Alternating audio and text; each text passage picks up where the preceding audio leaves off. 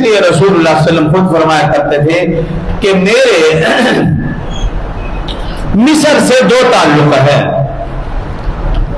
مصر سے دو تعلق۔ فرماتے تھے کہ ایک تو نسبی تعلق ہے اور دوسرا سسرالی تعلق ہے۔ فرماتے کہ سسرالی تعلق تو یہ کہ ان کی زوجہ حضرت ماریہ قبطیہ رضی اللہ عنہ، جن سے آپ کا بیٹا حضرت ابراہیم رضی اللہ عنہ پیدا ہوئے، وہ مصر سے تھی۔ فرماتے میرا سسرالی تعلق۔ اور نسبی تعلق یہ کہ رسول اللہ صلی اللہ علیہ وسلم کہ جد امجد حضرت ابراہیم علیہ السلام کی زوجہ حضرت ہاجرہ علیہ السلام وہ مصر سے تھی، یہ نسبی تعلق تھا۔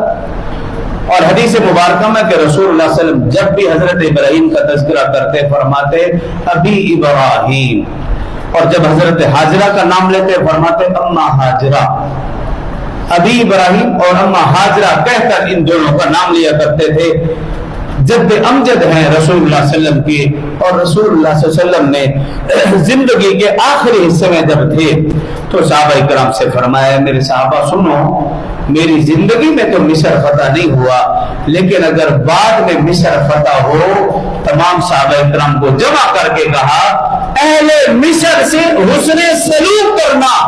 ان سے اچھے طریقے سے پیش آنا، اچھے اخلاق سے پیش آنا، اس لیے کہ میرے وہ جد امجد ہے، میرا ان سے سسرالی تعلق بھی ہے اور نسبی تعلق بھی ہے۔ اس تعلق کا لحاظ اور خیال کرتے ہوئے اہل مصر سے اچھا تعلق کرنا، یہی وجہ ہے کہ صحابہ کرام کی زندگی میں جب مصر فتح ہوا، حضرت عمر بن عاص رضی اللہ عنہ فاتح مصر، انہوں نے اہل مصر سے اچھا برتاؤ کیا